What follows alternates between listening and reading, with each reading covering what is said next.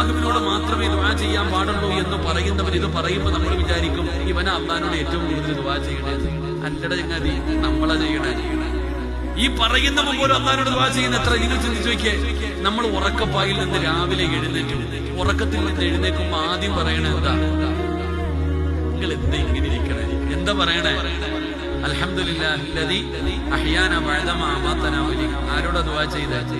ഉറക്കത്തിൽ നിന്ന് എഴുന്നേറ്റപ്പോ തന്നെ അള്ളാഹിനോട് ദുആ ചെയ്തിട്ട് എഴുന്നേക്കണേ. നേരെ ബാത്റൂമിലേക്ക് ചെന്നു, ഇടത് കാല് വെച്ച് അകത്തേക്ക് കയറുമ്പോ അപ്പോഴും ദുആ. അകത്ത് കയറി കാര്യം കഴിഞ്ഞ് വലത് കാല് വെച്ച് ഇറങ്ങുമ്പോ അപ്പോഴും ദുആ.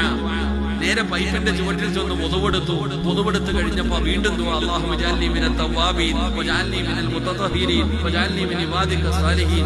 റൂമിൽ പോയി തുണിയെടുത്തിട്ടു നേരെ പള്ളിക്കകത്തേക്ക് കയറുകയാ. അപ്പോഴും അല്ലാഹു മുസ്തഹ്ലി അബ്വാബ റഹ്മതിക. അപ്പോഴും ദുആ. അകത്തോട്ട് കയറി നബിയത്തുൽ ഇഅ്തികാഫ് ബിഹാദൽ